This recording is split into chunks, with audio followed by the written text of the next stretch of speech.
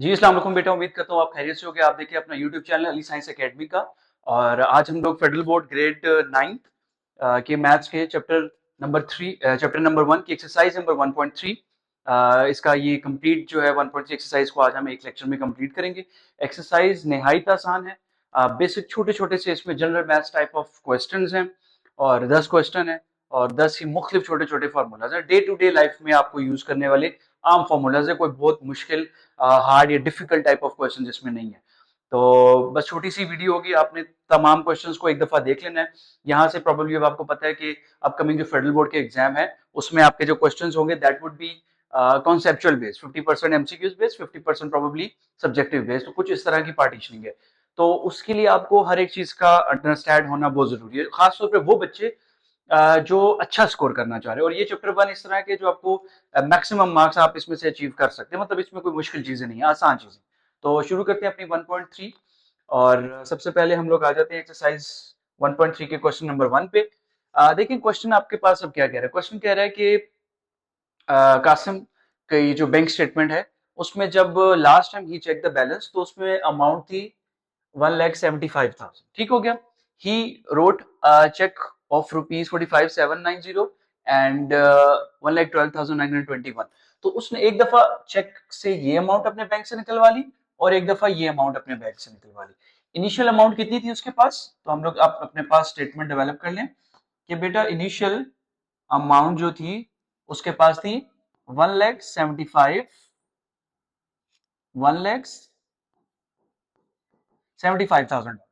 75,000। और उसके बाद उसने दो दफा चेक लिखा। तो इसका मतलब ये है दो दफा जब चेक लिखा तो उसने दो दफा अमाउंट अपने अकाउंट से वापस निकलवाई। ये दो दफा था, तीन दफा था, यहाँ पे दो दफा है। तो हमने क्या करना है, अमाउंट आप कह लें कि विड्रॉ कह लेंगे, अमाउंट उसने कितनी निकाली अकाउंट से। तो आप इसकी जगह पे लिख लें स्टेटमेंट अमाउंट टेकन, कि उसने अमाउंट कितनी रिसीव की।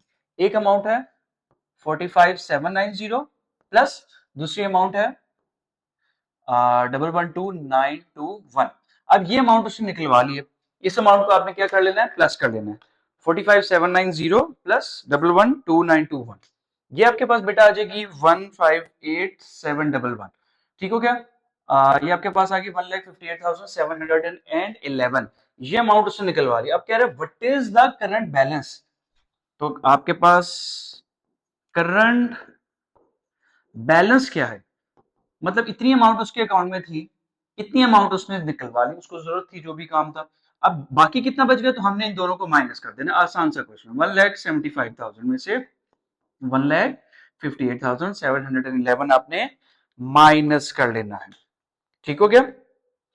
तो ये आपके पास आ जाएगा 16,289 रुपीज। बस ये 1 मिनट का हार्डली ये क्वेश्चन था। तो इतनी अमाउंट इनिशियल उसके पास थी उसके बैंक अकाउंट में। उसने अमाउंट दो दफा अपने चेक से निकलवाई, एक दफा इतनी अमाउंट निकलवाई, एक दफा इतनी अमाउंट निकलवाई। टोटल बन गई 1,58,000 समथिंग। तो करंट बैलेंस के लिए हमने क्या किया, जो अमाउंट थी, जो अमाउंट उसने निकलवा ली, उन दोनों को माइनस किया। तो 16,000 रुपए अब उसके पास करंट बैलेंस रह गया उसके अकाउंट में। ठीक हो गया। अमाउंट थोड़ी छोटी है लेकिन चलें, उसका गुजारा हो जाएगा। आगे चलते हैं जी क्वेश्चन नंबर 2 पे।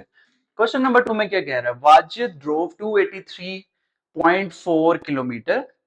तो डिस्टेंस उसने कितना ट्रेवल किया, 283.4 किलोमीटर। स्टेटमेंट वाले क्वेश्चंस में ना, चाहे चैप्टर 1.3 है, आगे आने वाले कहीं पे भी जहां पे स्टेटमेंट है, या फिजिक्स के जब आप न्यूमेरिकल्स करते हैं, स्टेटमेंट को पढ़ के डाटा जो बच्चा निकाल लेता है वहां पे उसका आधा काम ठीक हो जाता है। दूसरा आधा काम आपका तब आपको आसान बन जाता है जब आपको उस डाटा के अकॉर्डिंग फॉर्मूला रियलाइज हो जाता है। अब डिस्टेंस उसने कितना ट्रेवल किया, इतना। और पेट्रोल उसने कितना कंज्यूम किया, पेट्रोल कंज्यूम कितना है जी, 16.2 लीटर्स। ठीक हो गया। अब वो कह रहे, he says that his average is 1.75 kilometre पर litre. Is the answer reasonable. अब हमने इस क्वेश्चन का आंसर देना है कि क्या ये रीजनेबल है या नहीं है। तो मुझे ये बताएं, जो लोग बाइक या गाड़ी, ऑब्वियसली आप लोग ट्रैवल करते हैं, खुद ड्राइव करते हैं। खैर अभी तो प्रॉब्लली आप लोग के पास शायद लाइसेंस ना हो, आप लोग के ऑब्वियसली पेरेंट्स जो बड़े भाई बहन वगैरह ड्राइव करते हैं। तो आप लोग अपनी गाड़ी की एवरेज वगैरह निकाल सकते हो, मतलब फ्यूल कंजप्शन पर किलोमीटर 1 लीटर में गाड़ी कितना दे रही है, ठीक हो गया। तो उसके लिए आपने क्या करना है, अब एवरेज के लिए आपने क्या करना है, टोटल जो आपका डिस्टेंस था उसको आपने डिवाइड कर देना है पेट्रोल आपने कितना कंज्यूम किया। तो आपने क्या किया, 283.4 को डिवाइड कर देना है 16.2 से। तो ये आपके पास आ गया 283.4 डिवाइडेड बाय 16.2। तो ये आपके पास आंसर आ गया 17.2 किलोमीटर पर लीटर। तो तकरीबन उसकी जो एवरेज है 1 लीटर में गाड़ी कितने किलोमीटर दे रही है, ऑलमोस्ट 17 किलोमीटर। माशाल्लाह अच्छी गाड़ी है इसके पास, कोई ऑल्टो शोल्टो इसने रखी हुई है, इससे भी खैर उसकी अच्छी एवरेज है। बट आपको क्वेश्चन की कॉन्सेप्ट को समझना चाहिए। अब वो गाड़ी के बजाय कल कला क्वेश्चन में हो सकता था बाइक चला रहा था, हेलीकॉप्टर चला रहा है, जो भी चला रहा है, आपने देखना है कि कितना उसने टोटल डिस्टेंस ट्रेवल किया और टोटल उसने कितना पेट्रोल कंज्यूम किया। तो उन दोनों को आप डिवाइड कर दोगे तो आपको उस व्हीकल की, उस गाड़ी की पेट्रोल कंजम्पशन की एवरेज पता चल जाएगी कि 1 लीटर जब आप पेट्रोल डलवा रहे हो तो गाड़ी कितना डिस्टेंस जो है वो आपके पास ट्रेवल कर रही है। 17.2 किलोमीटर दे रहा है 1 लीटर में उसको गाड़ी। ठीक हो गया जी, आगे चलते हैं। सॉरी। अच्छा जी, Salma bought 3.2 yards of fabric for the total price of 139.2 rupees 139.2. How much did the fabric cost per yard? अब देखें आप टोटल टोटल आप लिख लें टोटल यार्ड ऑफ क्लॉथ उसके पास कितना है जी, 3.2। ठीक हो गया, 3.2 गज आप कह लें, यार्ड कह लें, आपके पास उसने क्लॉथ खरीदा। ठीक हो गया, जैसे आप शलवार कमीज बनवाने जाते हैं या खवातीन अपने कपड़े लेने जाती हैं तो जो अनस्टिच क्लॉथ होते हैं वो आपको गज के हिसाब से देंगे। तो यहाँ पे यार्ड के हिसाब से आपके पास आ गया 3.2। अब वो कह रहे हैं इस 3.2 के लिए उसने पे कितना किया, 139.2। तो अमाउंट पेड कितनी होगी बेटा, 139.2। अब वो कह रहे हैं कि पर यार्ड की क्या प्राइस थी, पर यार्ड की क्या प्राइस थी। ये तो 3.2 यार्ड है, एक यार्ड कितने का उसको पढ़ा। तो आपने क्या करना है, यहाँ पे आपने टोटल अमाउंट को 3.2 से डिवाइड करते हैं। तो बेसिकली आपने क्या करना है, amount divided by total yard of clothes. तो अमाउंट कितनी है जी, 139.2। अमाउंट है 139.2 डिवाइडेड बाय 3.2। तो अब आपको पता चल जाएगा कि ये आपके पास कितना यार्ड बना। तो आपने बेसिकली 139.2 को डिवाइड कर देना है 3.2 के साथ। तो जो एक यार्ड था उसको पड़ा 43.5 रुपीज का। ठीक हो गया, रुपीज 43.5 का एक यार्ड उसको पड़ा। तो 43.5 को जब 3.2 से मल्टीप्लाई करेंगे तो 139.2 ही आपके पास आ जाएगा। ठीक हो गया, बहुत आसान सा क्वेश्चन था। अब हम चलते हैं क्वेश्चन नंबर 4 पे। इंतहाई आसान क्वेश्चन, फिजिक्स में भी ये आप फॉर्मूला इसका बार बार बार बार पढ़ते रहते हैं। और देखें जी, यहाँ पे क्या कह रहा है, मोमना वॉक्स 3.5 किलोमीटर, तो किलोमीटर पर आवर। ठीक हो गया, तो वो ये उसकी स्पीड है, कितनी है जी, 3.5 किलोमीटर पर आवर। 1 घंटे में 3.5 किलोमीटर वो ट्रेवल करती है, स्पीड से चल रही है। शी टुक 12 आवर, टाइम कितना लिया उसने, 12 hour. How far did she walk, तो आपने बेसिकली फाइंड करना है कि उसका डिस्टेंस कितना था, उसका डिस्टेंस कितना था। मतलब कि अगर पॉइंट ए से पॉइंट बी तक ये जो आपके पास एक डिस्टेंस है, इस पॉइंट से लेके उस पॉइंट तक का ये जो आपके पास डिस्टेंस है बेटा, पॉइंट ए से पॉइंट बी तक का, वो आपसे पूछे कि इसका डिस्टेंस कितना है। स्पीड हमारे पास आ रही है कि किस स्पीड से जा रही है, 3.5, और टोटल इस पॉइंट से वहां तक जाने में उसको टाइम कितना लगा, 12 घंटे। अब वो हमसे पूछ रहे हैं कि भाई हमें बता दें स्पीड। तो आपको स्पीड का फॉर्मूला पता है, speed is equal to distance over time. Speed का फॉर्मूला क्या होता है, डिस्टेंस ओवर टाइम। अब देखें हमें इसमें से क्या चाहिए, हमें चाहिए डिस्टेंस। हमें चाहिए डिस्टेंस, तो टाइम वहां जाकर स्पीड के साथ मल्टीप्लाई हो जाएगा, तो बेसिकली स्पीड मल्टीप्लाई हो जाएगा टाइम से, और वहां पे हमारे पास आ जाएगा डिस्टेंस। इसको थोड़ा सा इन्वर्स कर लें, तो distance is equal to speed multiply by time. अब हम इसकी वैल्यूज को पुट कर देते हैं, डिस्टेंस फाइंड करना है, स्पीड क्या है जी 3.5, इसको मल्टीप्लाई कर देना, टाइम कितना था 12 ओवर, तो इसको 12 से मल्टीप्लाई कर दें तो आपके पास आंसर आ जाएगा 3.5 मल्टीप्लाई बाय 12, ये आपके पास आ गया 42 किलोमीटर। तो पॉइंट ए से पॉइंट बी तक, ये जो पॉइंट ए था, ये जो पॉइंट बी था, इसके दरमियान का जो टोटल डिस्टेंस था वो कितना था 42 किलोमीटर। सही हो गया। तो ये था आपके पास, ये फिजिक्स में भी आपके पास स्पीड डिस्टेंस टाइम वाले फॉर्मूलाज काफी आ रहे होते हैं रिपीटिवली कुछ चैप्टर्स में, तो ये आपके लिए आसान रहेगा। हाँ जी, आगे आ जाए। आगे क्या कह रहा है, the hiking club went on a trip 7 day trip. एक हाइकिंग क्लब था जो हाइकिंग पे जाता था, वो 7 दिन के ट्रिप के लिए गया, हाइकिंग के लिए obviously. Each day they hike between 5.5 to 7.5 mile. 7 दिन तक रोजाना जो हाइकिंग ट्रिप था, जो ग्रुप था, क्लब था, वो 5.5 माइल मिनिमम, ज्यादा से ज्यादा 7.5 माइल ट्रेवल करता था। Is it reasonable to assume that the club hike the days the club hiked? अब वो कह रहे हैं कि अब आपने बताना है कि उसने कितना हाइक किया, क्या less than 35 mile overall travel किया, बिटवीन 35 टू 55 किया, 55 किया, या 55 से भी ज्यादा किया। तो आपने क्या करना है, देखें जी, आपने यहाँ पे लिखना है मिनिमम ट्रेवल। टोटल दिन कितने थे 7, और मिनिमम उसने बताया 5.5, तो 7 को 5.5 से मल्टीप्लाई कर दें, एक आपके पास आंसर आ जाएगा, एक आपके पास आंसर आ जाएगा। अब मैक्सिमम कितना उसने बताया कि ज्यादा से ज्यादा भाई कितना उन्होंने ट्रेवल कर लिया, मैक्सिमम जो ट्रेवल किया या हाइक किया रोजाना, तो 7 दिन थे ना, 7 को ज्यादा कितना किया 7.5, दीज आर 7 डेज, 7 डेज। तो ये आपके पास, इससे फिर आपके पास एक अमाउंट आ जाएगी। अब आप इन दोनों वैल्यूज को मल्टीप्लाई कर ले, 5.5 मल्टीप्लाई बाय 7, ये आपके पास आ गया 38.5, और इसी तरह 7 को मल्टीप्लाई कर ले 7.5 से, तो ये आपके पास आ गया 52.5।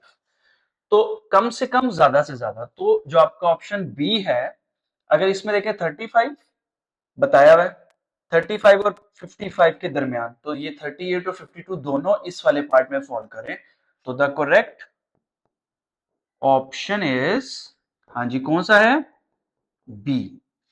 ठीक हो गया जी, बहुत आसान सा क्वेश्चन है, दो दो स्टेप्स के आपके पास ये क्वेश्चन आ रहे हैं। अच्छा जी, आगे क्या है, for a class party the students council purchase 42 balloon एट 1.85 rupees each, what is the total amount student council paid for the balloons. अब उन्होंने 42 बैलून्स खरीदे हैं, और एक बैलून की कॉस्ट कितनी है 1.85, तो आपने लिख लिया, आपके पास आ गया टोटल बैलून्स कितने हैं, हाँ जी टोटल बैलून्स कितने हैं आपके पास 42, और कॉस्ट ऑफ ईच कितनी थी रुपीज 1.85, तो टोटल अमाउंट कितनी बन गई, तो बड़ा आसान है, 42 बैलून थे, एक बैलून कितने का था 1.85 रुपीज का, तो बस इसको मल्टीप्लाई कर दें, आपके पास आपकी टोटल अमाउंट आ जाएगी। तो आपने 42 को मल्टीप्लाई किया 1.85 से, आपके पास आंसर आ गया 77.7 सॉरी। तो टोटल बैलून 42 रुपीज, 42 थे, एक बैलून 1.85 का था, दोनों को मल्टीप्लाई किया तो टोटल 42 बैलून्स के लिए बेसिकली उसने कितनी अमाउंट पे की 77.7 रुपीज। ठीक हो गया, आगे चलते हैं। हाँ जी, a group of friends made a 4 yard long rectangle banner. तो बेसिकली जो आपके पास लेंथ थी उस बैनर की, जो आपके पास लेंथ थी दैट वाज 4। ठीक हो गया, ये वाला क्वेश्चन है। हाँ जी, जो लेंथ है, लेंथ कितनी आ गई, उसने बताया यार्ड की जो लेंथ थी वो 4 है। दे पेड रुपीज 3.75 पर yard for the fabric and rupees 9 for the frame to go around the banner, the parameter was 10 yard. दूसरा जो डाटा में रेलिवेंट मुझे इंफॉर्मेशन मेंशन हो रही है दैट इज पैरामीटर। पैरामीटर कितना है जी 10 yard. What was the width of the banner, हमने क्या फाइंड करना है, विड्थ। बाकी उसने कितने का रुपीस का दिया, क्या किया, उससे विड्थ का भी कोई ताल्लुक नहीं बन रहा, तो वो लिखने का भी जरूरत नहीं है। विड्थ फाइंड करनी। हाँ जी, रेक्टेंगल का जो पैरामीटर होता है उसका क्या फॉर्मूला होता है, 2 multiply by length plus width कह लें या ब्रेड्थ कह लें, इसकी जगह चलिए अभी हम विड्थ का जिक्र कर रहे हैं तो विड्थ ही लिख लेते हैं। ठीक हो गया जी। अब पैरामीटर क्या था, 10, 2 मल्टीप्लाई हो रहा है, लेंथ की वैल्यू क्या थी 4, तो 4 को यहाँ पे लिख लें, प्लस विड्थ आपने फाइंड करनी है, 2 यहाँ पे मल्टीप्लाई हो रहा है, 2 यहाँ पे 10 के साथ डिवाइड हो जाएगा, तो यहाँ पे रह जाएगा 4 प्लस विड्थ।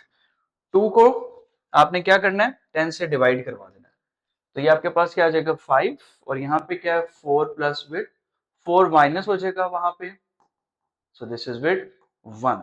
तो विड्थ की वैल्यू क्या आ गई 1। सिर्फ आपको एक छोटा सा फॉर्मूला याद रखना है यहाँ पे, ये वाला पैरामीटर ऑफ रेक्टेंगल का। अब पैरामीटर ऑफ रेक्टेंगल यहाँ पे है, जरूरी तो नहीं है कि पेपर में पैरामीटर ऑफ रेक्टेंगल पूछेंगे, they could have asked parameter of square, area of square, तो ये छोटे जो फॉर्मूलाज होते हैं area parameter, at least square rectangle triangle के ये आपको आने चाहिए, इसमें कोई बहुत ज्यादा कोई मुश्किल कहानी नहीं है। ठीक है जी। जी क्वेश्चन नंबर 8 पे, क्वेश्चन नंबर 8 बेटा क्या कह रहा है, a shoe factory has an asset of, shoe factory का जो एसेट है कितने का है, कह लेंगे जी 2 मिलियन का। ठीक हो गया जी। Of which 3.5 is the capital. अब इसी अमाउंट का 3/5 जो है वो कैपिटल है, तो कैपिटल के लिए क्या करेंगे, इस अमाउंट को 3/5 से मल्टीप्लाई कर देंगे। ठीक हो गया। अब यहाँ पे एक बेसिक सी चीज आपने प्लीज याद रखनी है, याद क्या रखना है कि बेटा ये 3 पहले से मल्टीप्लाई हो रहा है और फिर 5 को आप इससे डिवाइड करो, मतलब ये कंफ्यूजन नहीं चाहिए, 5 को मल्टीप्लाई, समटाइम बच्चे कंफ्यूज हो जाते हैं, आई अंडरस्टैंड, बट आपने इसको तसल्ली से क्या करना है, कैलकुलेटर में 3 को इससे मल्टीप्लाई कर दें और जो आंसर आ जाए उसको 5 से डिवाइड कर दें, तो 3 मल्टीप्लाई बाय डिवाइडेड बाय 5, तो ये आपके पास आ जाएगा,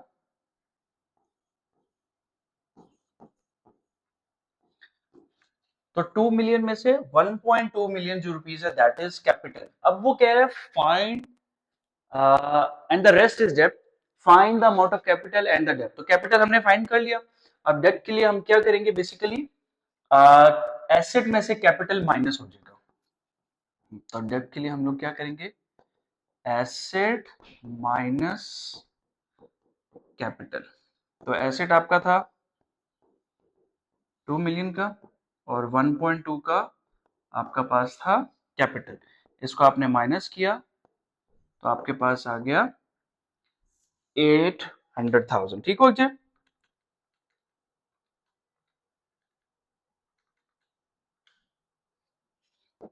सो 8 लाख रुपए आपके पास आगे, जो कि आपका डेप्थ। ठीक हो गया जी। तो उसने बताया था कि 200,000 जो आपके पास 2 मिलियन अमाउंट थी उसका 3/5 था, तो पहले तो हमने 3/5 से हमने अपने पास कैपिटल फाइंड कर लिया और बाकी फिर इन दोनों को जब एसेट और कैपिटल को माइनस किया तो हमारे पास डेट की अमाउंट आ गई। ठीक है, आगे चलते हैं जी। क्वेश्चन नंबर 9 क्या कह रहा है, क्वेश्चन नंबर 9 कह रहा है world lowest temperature in the past 100 year was recorded to be -89.2 Celsius at Vostok Antarctica on July 21st 1983। ठीक है जी, टेम्परेचर हमारे पास था लोएस्ट था। Convert the temperature into Fahrenheit. अब देखिए जी, फॉरेनहाइट में आपने कन्वर्ट करना है, तो 9/5 इसको हमने मल्टीप्लाई करना है सेल्सियस में जो भी टेम्परेचर गिवन था, सेल्सियस में क्या गिवन था, ये गिवन था, तो यहाँ पे आप लिख देंगे -89.2, यहाँ पे हम केल्विन में करेंगे बाद में, जो सेल्सियस में टेम्परेचर है उसमें 273 को प्लस कर देना, तो ये भी -89.2 है। हाँ जी, अब पहले क्या करेंगे, समझें इसको, इसमें गड़बड़ नहीं करनी, आसान सा फॉर्मूला है, आधे बच्चे इसमें गलती करते हैं। आपने क्या करना है, 9 को इससे मल्टीप्लाई कर देना, 9 मल्टीप्लाई बाय 89.2, तो ये आपके पास आ जाएगा -802.8 डिवाइडेड बाय 5 प्लस 32। अब पहले इसको डिवाइड करें 5 से, तो आपके पास आ जाएगा -160.56 प्लस 32। अब इस अमाउंट में से आपने 32 को माइनस किया तो आपके पास आ गया -128.56। तो ये आपके पास फॉरेन हाइट में आ गया। ठीक हो गया। पहले मल्टीप्लाई किया 9 से, फिर 5 से डिवाइड किया, जो आंसर आया -160.56 लिख के फिर +32 करना। जल्दबाजी में इस माइनस को भूल गए तो आंसर गलत, नहीं मिलेंगे मार्क्स इसमें से। यहाँ पे भी सेम आपने कैलकुलेटर में डालना है -89.2 +273। ठीक है। ये साइन माइनस का लाजमी पुट करना है, तो ये आपके पास आ जाएगा 183.8 केल्विन में ये टेम्परेचर आ गया। ठीक है। दो छोटे से फॉर्मूला वैसे भी याद रख ले, अगर एमसीक्यूज में आ गया तो obviously we are not expecting के फॉर्मूला आपके पास गिवन होंगे। ये दो फॉर्मूला फॉरेनहाइट का और केल्विन का, ये फॉर्मूला देख लें। सेल्सियस में टेम्परेचर गिवन हो तो बस ये सी की वैल्यू यहाँ पे डालनी है और आपने तरतीब से तसल्ली से सॉल्व कर लेना उसको। ठीक है। Moving towards the last question of exercise. ये मैंने आपको बताया था एक्सरसाइज इंतहाई इजी है, बट अगर एक एक कॉमन सी चीज याद रखें, अगर 1.3 जैसी आसान एक्सरसाइज एक बच्चे के जहन में नहीं आ रही तो दो तीन मसले हो सकते हैं। या तो उसकी बेस अच्छी नहीं बनी हुई और वो फेडरल बोर्ड 9th क्लास में पहुंच चुका है, दूसरा वो अपनी पढ़ाई में सीरियस नहीं है।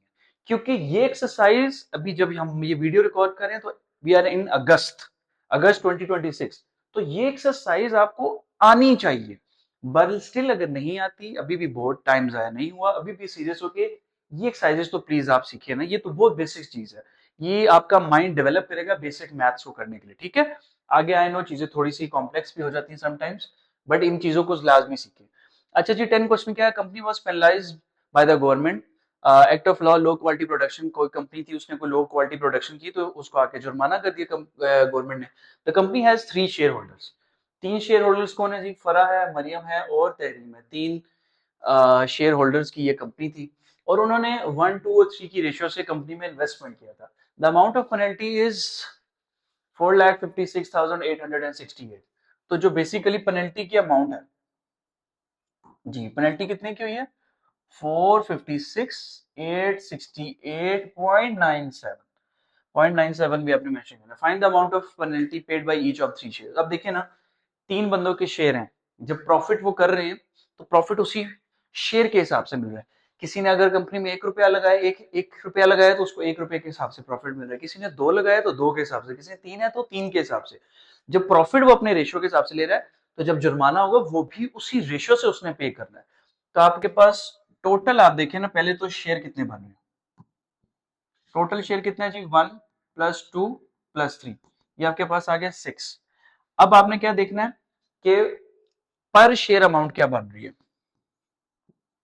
पर शेयर ये जो पेनल्टी की अमाउंट है बन क्या रही है, तो 456,868.97 को आपने डिवाइड कर देना है 6 से। तो ये आपके पास आ गया 456,868.97 डिवाइड बाय 6।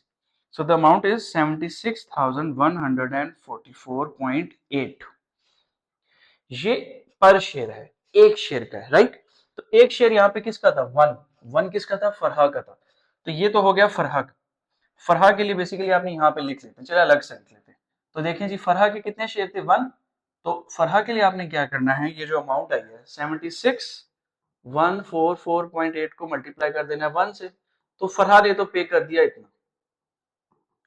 आज दूसरी पार्टी कौन सी थी? मरियम। मरियम का ऑर्डर बनता है दूसरा, तो सेकंड नंबर पे मरियम है। तो मरियम को अब ज्यादा खाया है तो ज्यादा पेनल्टी में भी हिस्सा देना पड़ेगा। तो 76,144.8 को मल्टीप्लाई करना है 2 से। 2 से मल्टीप्लाई कर दें, ये आपके पास अल्लाह खैर करे आ जाएगा 152,289.6। ठीक हो गया। मरियम ने ये अमाउंट पे कर दी और लास्ट है तहरीम। सबसे ज्यादा इनका कंट्रीब्यूशन है, तो ऑब्वियसली तहरीम की पेनल्टी में भी कंट्रीब्यूशन ज्यादा होगी। ऑब्वियसली वो प्रॉफिट भी ज्यादा रेशो पे ले रही है क्योंकि इन्वेस्टमेंट उस हिसाब से, तो जब पेनल्टी पड़ती है तो वो भी ज्यादा उसी रेशो से उनके पास जाएगी। तो आपने यहाँ पे क्या करना है, 76,144.8 को मल्टीप्लाई कर देना है 3 से। तो 76,144.8 multiply by 3, you will get 228434.4। तो ये आपके पास 2,28,434 रुपए। तो ये इस तरह से आपकी अमाउंट की कंट्रीब्यूशन होगी। तकरीबन 4.5 लाख रुपए पेनल्टी थी, जिसमें से 2,28,000 मरियम पे करेंगी, तहरीम पे करेंगी, तकरीबन 1.5 लाख मरियम ने पे करना है, 76,000 फरहा ने पे करना है। तो ये था आपका लास्ट क्वेश्चन एक्सरसाइज 1.3 का। कंसेक्यूटिवली इसके बाद इंशाल्लाह चैप्टर 2, 3, 4 इसी ऑर्डर से हम लोग चैप्टर्स की वीडियोस बनाना शुरू कर आपको आगे आने वाले लेक्चर्स में इंशाल्लाह मिल जाएगी। उम्मीद करता हूँ ये लेक्चर आपको अच्छा समझ आया होगा। इन चैप्टर्स को प्रैक्टिस करें, टाइम शॉर्ट है, कोशिश ये होगी कि बाय नवंबर आपके सारे लेक्चर्स इंशाल्लाह कंप्लीट हो जाएंगे। अगर आपको लेक्चर पसंद आ रहा है तो अपने फ्रेंड्स के साथ लाजमी शेयर करें ताकि उनका भी फायदा हो, और कमेंट्स में जरूर बताएं कि क्या आपको चीजें अच्छी समझ आ रही हैं, कोई चीज कहीं पे कोई चीज ना समझ आ रही हो तो उसको मेंशन कर दिया करें शॉर्ट, ताकि मैं उस पर फिर एक शॉर्ट वीडियो बना दिया करूँ। स्पेसिफिक एक्सरसाइज के कोई क्वेश्चन है जो हम ऑलरेडी कर चुके हैं और वो आपको नहीं समझ आया, ठीक है, या सही से मैं नहीं समझा पाया, मुझे वो भी कमेंट कर दें कि मैं क्वेश्चन आपको दोबारा बता दूंगा इंशाल्लाह। नेक्स्ट वीडियो तक ख्याल रखिएगा अपना, चैनल को सब्सक्राइब कर दीजिएगा। अल्लाह हाफिज।